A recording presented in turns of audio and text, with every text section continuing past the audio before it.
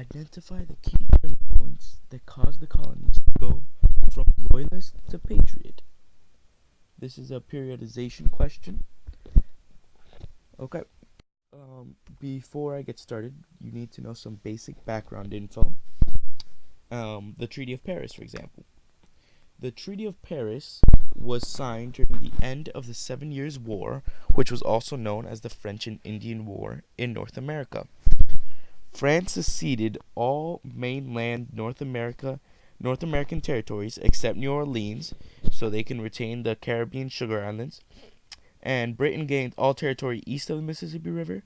Spain kept territory west of the Mississippi River, but exchanged east and west Florida for Cuba.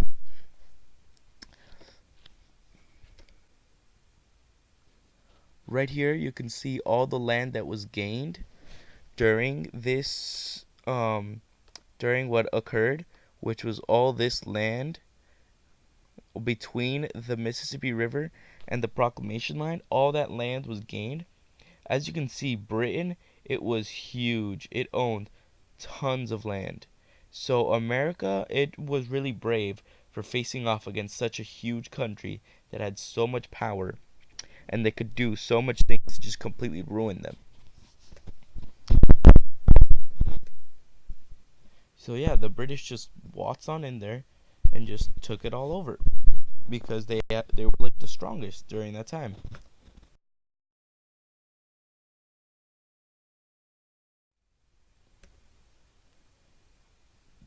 Another important piece of background info is the Proclamation Line of 1763. This was written mainly because Britain wanted to keep all their money. Britain basically wanted to make a huge pile of money. They wanted to keep all their money. But they can't keep all their money if they waste it all defending the colonies. That's why they made this line right here. So they won't waste as much money because less land to defend means more money for them. My first period is from March 22, 1765 to December 16, 1773. The first turning point, which was in March 22, 1765, was the Stamp Act. Basically, they cost more. They put a tax on buying stamps. So if you want to buy a stamp for any legal document or anything like that, or newspapers or pamphlets or stuff like that, there was a tax on that.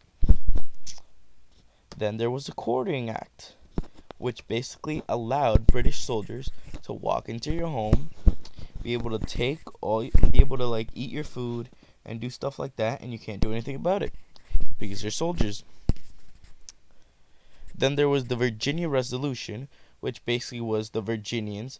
They just didn't want to comply with the Stamp Act. Then there was the Stamp Act. Yeah, but some extremists, some radicals, they just burned all the stamps and tarred and feathered a lot of the postmasters during this time because they just didn't like them. They were radicals. That's what this period is defined. It was basically the only people that supported and were patriots were radicals. Because during this time, like a lot of people loved Britain, so the only people that didn't were the radicals. And right here you see the Stamp Act Congress, which was 9 of the 13 colonies declared the Stamp Act as unconstitutional. Yeah, unconstitutional. Because it was a tax levied without their consent. So, taxation without representation, right there. Great example. Then there was the Declaratory Act, which was basically King George, this guy. He was just having a fit. He was like, no, I can do whatever I want, and you guys can't do anything about it. Nope, I can pass whatever law I want. Basically, that's what the Stamp Act was. Then there was the Townshend Act, which put a duty, which was form of tax, on tea, on glass, on lead, on paper, and on paint. All these duties were placed to help the administration of the colonies, and they were named after Charles Townshend, the Chancellor of Exchequer. And then after this, there was political unrest because of all the duties and all the taxes, so they sent in more soldiers. And of course, the radicals, they didn't like this, and they were angered by the presence of these soldiers, so they harassed them, and it ended up turning into the Boston Massacre, in which 5 civilians died. Then Britain finally decided the Townshend Act wasn't the best idea, so they repealed it. Then another example of radical action was the burning of the Gatsby. It was basically a boat that ran aground near Providence, Rhode Island, and was burnt by the locals, which were angered by the enforcement of trade legislation. A more moderate action taken to this was the Thomas Hutchinson letters. He was calm about it. He wasn't a radical.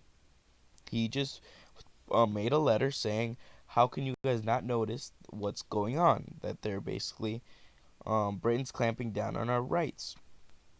Then there was the Tea Act, which was passed in an effort to help the East India Company.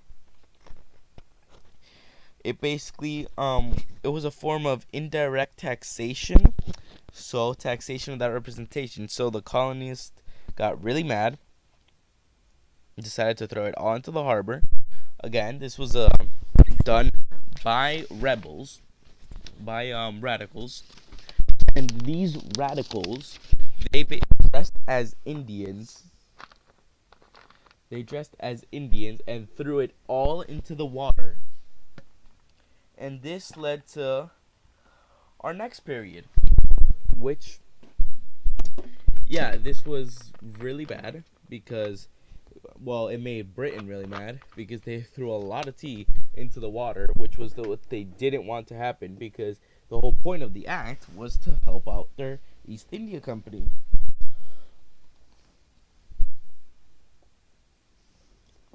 And they saw this as a direct violation of no taxation without representation. Okay, this period, it was characterized by basically Parliament passed laws, Congress argued them, and it gets repealed. And that's basically all that happened. And in between that, there was these radicals that would come in, and they would give their response towards the law in such extreme ways, like burning the boat, or burning stamps, or throwing perfectly good tea into the ocean.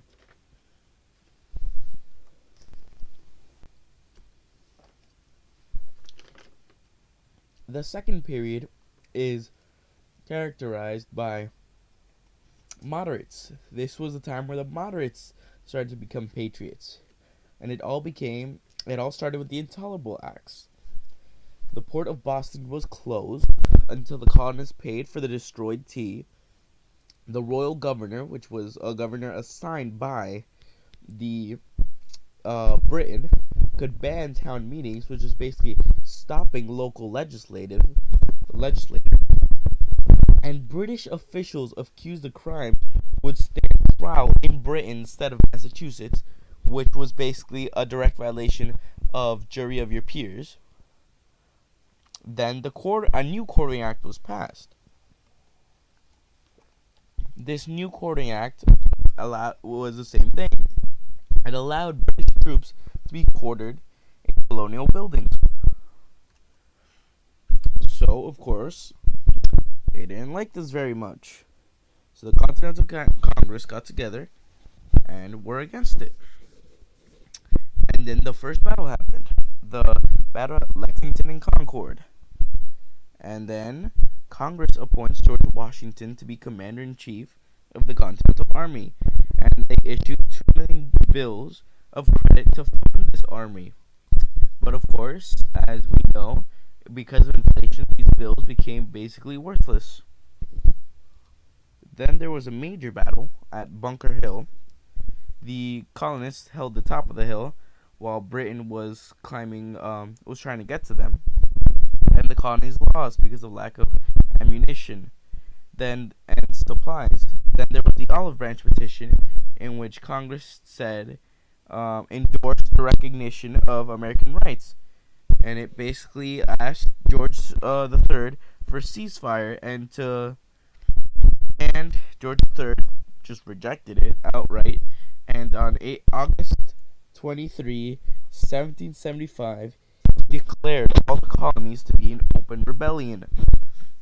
Again, this period, it was characterized by moderates. These are the moderates joining in to being patriots because they're starting to realize, look at all that Britain's doing. They're clearly not legislating our best interest. They don't really like us, you know. So why should we be on their side? And even though Britain had such a powerful army, they still needed the support of the people, because you can't govern the people if they want to be governed by you. They'll keep rebelling, and even if they don't succeed now, they might succeed in 100 years from now, and you don't want that. The third period, January 9, 1776 to September 3, 1783, was when most people started to actually become patriots, and it all started with Common Sense by Thomas Paine.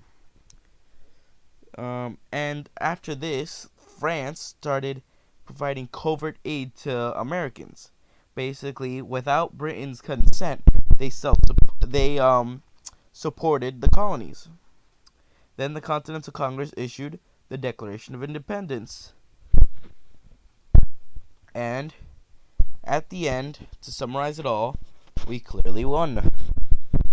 But there was a lot of battles in between, such as the Battle of Long Island and White Plains, in which British forces occupied New York after American defeats. Then there was the Battle of Trenton, New Jersey, which raised American morale. Then there was the Battle of Princeton, New Jersey, in which General Washington broke camp at Trenton to avoid a British advance, attacking the British rear guard and train near Princeton, and then withdrawing to Morristown. Then the big battle was the one at Saratoga, where basically they won, and it showed the French that the Americans could fight for themselves. So France started helping them out, and this led to a bunch of other countries like Holland, Spain, all these countries that were against Britain to actually go against them, go to war. This was basically the first World War, since everyone was fighting against Britain. Then there was the U.S. defeat at Camden. Then there was a ratification of the Articles of Confederation, which were too weak to do anything. Then there was the surrender of British forces at Cornwallis and Yorktown. And then finally, on September 3, 1783, the Revolutionary War ended, and America won. And in the picture, you could clearly see the American colonists holding a gun to the British soldier. The end.